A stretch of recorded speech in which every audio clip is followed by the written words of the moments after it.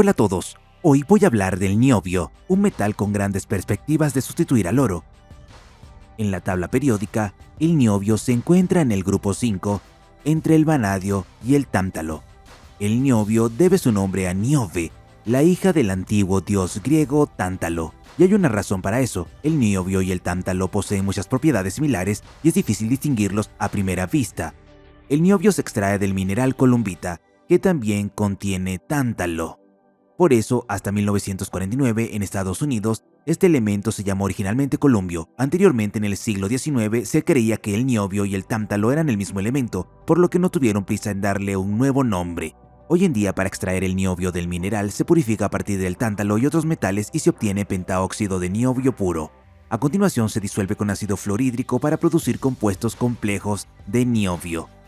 A continuación, se reducen con sodio metálico para obtener el metal puro. El niobio de gran pureza obtenido tras este proceso es un metal blanco y maleable. Si se compara su aspecto con el del tántalo, se aprecia la diferencia inmediatamente. El tántalo tiene una superficie más brillante, o quizás dependa de la forma en que se produzcan estas dos barras. Además, el niobio es 3 veces más barato que el tántalo. La plasticidad del niobio permite fabricar láminas con él. Las láminas de niobio y tántalo son extremadamente difíciles de distinguir a simple vista, pero hay otro modo de hacerlo. La densidad del niobio es casi 2 veces menos que la del tántalo. Así pues, estos metales pueden distinguirse fácilmente con ayuda de escalas. Además, el punto de fusión del niobio es de 250 grados menos que el del tántalo, por lo que mi soplete de gas nunca fundirá esta varilla de niobio. Solo conseguí una ligera oxidación de la superficie metálica. Esto se debe a que cuando se calienta a altas temperaturas, el niobio puede reaccionar con el oxígeno del aire para formar el pentóxido de niobio. Debido a su alto punto de fusión y a su relativa resistencia química, una de las primeras aplicaciones comerciales del niobio fue como los filamentos de las bombillas incandescentes, pero más tarde este metal fue sustituido por el wolframio. El niobio no se disuelve en ácidos diluidos, pero bajo la influencia de la electricidad, este metal se comporta de forma más interesante. El niobio, al igual que el tántalo, se presta perfectamente a la anodización. En otras palabras, su superficie puede hacerse multicolor cambiando el espesor de la capa natural de óxido en la superficie del metal. Decidí hacerlo con mi nuevo inversor que permite transformar 30 voltios en 120 voltios de corriente continua, lo cual es muy conveniente y tiene una pantalla. Creo que es una solución excelente, ya que las máquinas de anodizado comerciales cuestan $200 cada una. Al igual que con el tántalo, primero decidí anodizar el niobio en una solución de sal de mesa con una concentración aproximada del 10%. Conecté el niobio al ánodo, es decir, al polo positivo de una fuente de alimentación, y tomé una placa anodizada de tántalo como cátodo. Sin embargo, la anodización del niobio en una solución de sal de mesa era mala. Al principio apareció una película de óxido marrón, pero después no pasó nada bueno. Cuando aumenté el voltaje, el metal empezó a disolverse. Al parecer, los iones de cloruro son mucho más agresivos para el niobio que para el tántalo. Me pregunté si lo habría roto accidentalmente. No, parece que funciona correctamente. Entonces me di cuenta de que el problema era el electrolito. Así que empecé a buscar una solución a este problema en internet. ¿Y sabes de lo que encontré? Solo un montón de enlaces a tiendas para comprar equipos de anodizado de tántalo y niobio, y solo un foro americano donde alguien mencionaba que se puede usar bicarbonato de sodio y bórax como electrolito. Y en YouTube, por supuesto, hay un montón de videos en los que un hombre utiliza un producto llamado TSP, TSPPF. Normalmente TSP significa fosfato trisódico, pero en el envase se indica que no contiene fosfatos. ¿Qué? Como resultado, esta sustancia sigue siendo desconocida para mí, solo piensan en hacer dinero. Entonces decidí buscar algunos artículos científicos sobre el tema.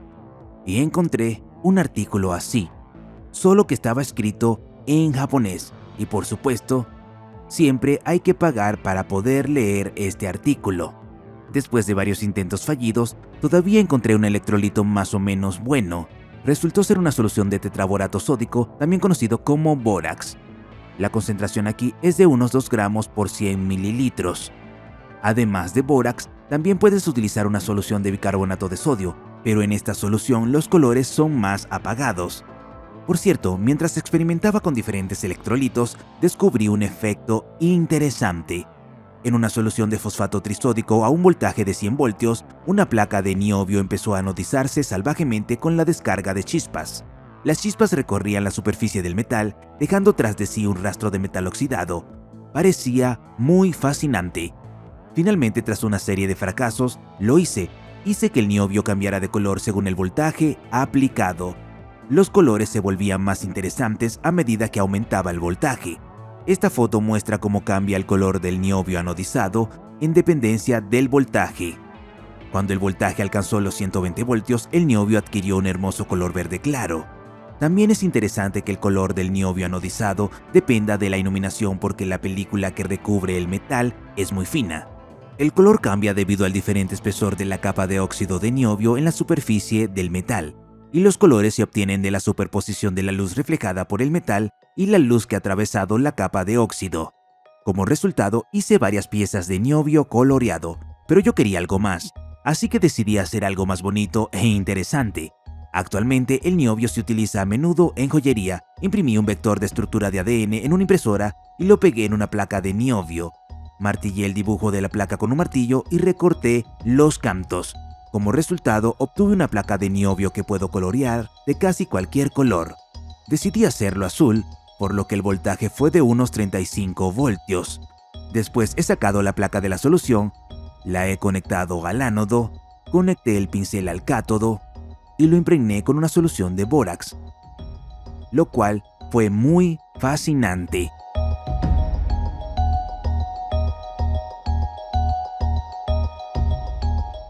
El único problema es que a alto voltaje el electrolito hierve y los patrones pueden no ser tan claros.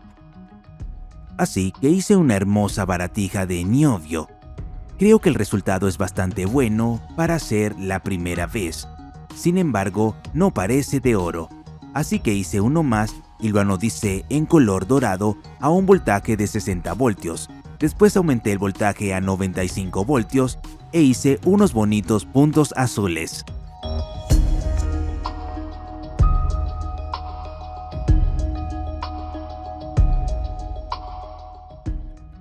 Ahora, la segunda baratija tiene mucho mejor aspecto que la primera. Creo que si no tienes dinero para comprar joyas de oro caras, puedes hacerte joyas con niobio anodizado o también tántalo anodizado. Depende de sus preferencias. En el año 2003, Austria emitió monedas conmemorativas de 25 euros con un núcleo de niobio anodizado. Sin embargo, hoy en día, además de estos fines estéticos, el niobio en estado puro se utiliza sobre todo para crear campos magnéticos superpotentes a 9 grados Kelvin. El niobio puede adquirir las propiedades de un superconductor, es decir, pierde absolutamente toda resistencia interna. Si el niobio se enfría en hielo líquido, se convertirá en un superconductor, por lo que este metal se convirtió en el primero de los metales que comenzaron a utilizarse como superconductores a alta temperatura. Estas propiedades del niobio se utilizan ahora en los escáneres de resonancia magnética y para refrigerar ordenadores cuánticos. El Gran Colisionador de Hadrones utiliza unas 600 toneladas de cables fabricados con una aleación de niobio y estaño como superconductores enfriados por helio líquido. En el futuro, está previsto instalar resonadores de radiofrecuencias superconductores hechos de niobio puro. Sin embargo, todavía el 90% del niobio obtenido se destina a la producción de superaleaciones resistentes a la deformación y a la corrosión bajo un fuerte calentamiento. Estas aleaciones se utilizan en la industria aeroespacial para la fabricación de toberas de motores de cohetes y en la construcción de motores a reacción. Como resultado, podemos decir que el niobio es un metal extremadamente útil. Es capaz de disfrazarse de oro con facilidad y también participa en descubrimientos científicos en el Gran Colisionador de Hadrones.